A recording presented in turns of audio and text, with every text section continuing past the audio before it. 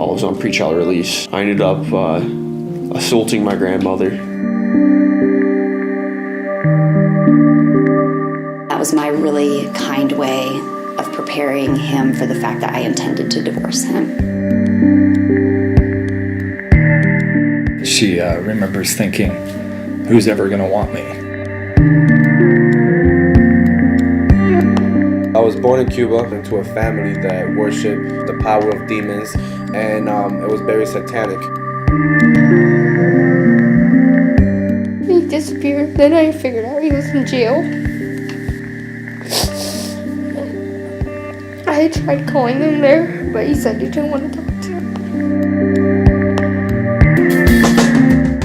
In America today, you'll find numbers anywhere between 20 and 25 million people are currently living in addiction. And that's only the people that they can track that have literally said, hey, here's what I'm dealing with. And as we know, most people living in addiction are not going to tell you that.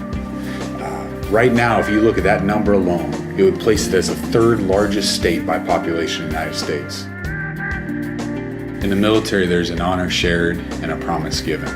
In the 1970s, it was even written into the Ranger Creed, where they teach every Army Ranger to not just know this creed, to not just believe it, but to live it.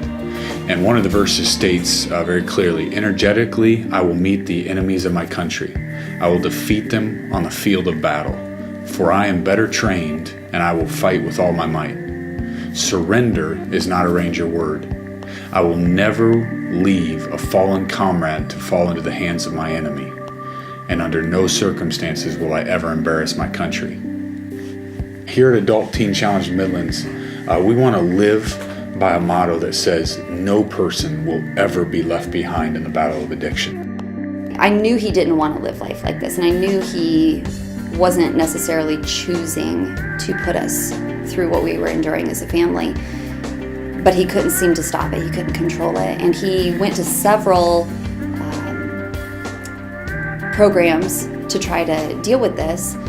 And when he would leave those programs, within hours or days, he would relapse again. My wife, Beth, she had everything she owned on the bed in front of her, and she looked down and saw the track marks on her arms. And she remembers thinking, who's ever going to want me? At that time, I wanted to die because I thought there was nothing left in this world for me. I thought it was over pretty much. I was 4 when the DHS had come to our house and tell him he either had to get out right away, move out of the house, or he could get clean right away. He chose to get clean from there. Then when I was about maybe 5 going to 6, he went on drugs again.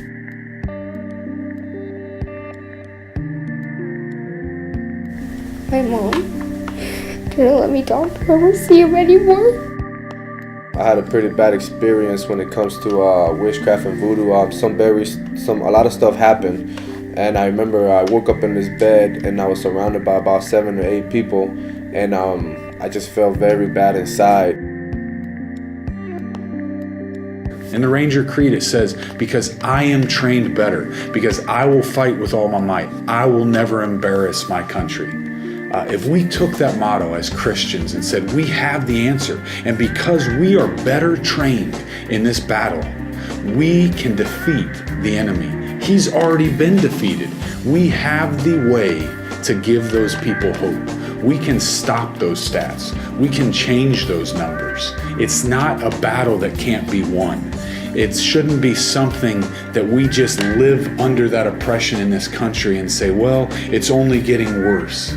I don't believe that. I believe that Christ came to this earth to die on the cross and to give us the answer to freedom. And here at Teen Challenge, we just want to be able to give that answer of hope, that answer of freedom to every single person that walks in our doors. And to be able to look a wife or a husband or mom and dad in the eyes and say, your child will not be left behind. Man, what a powerful message we have.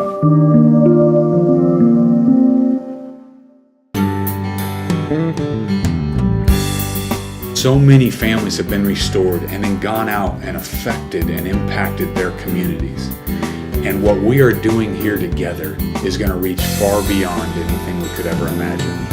I am so thankful that God did not leave Michael behind. I am thankful God didn't leave me behind, because when I was weak, God became strong. I'm so glad that God didn't leave my dad behind. I'm so glad God didn't leave me behind. I'm so glad that that God wanted her and didn't give up on her. And I know that God does miracles because I get to see one every day.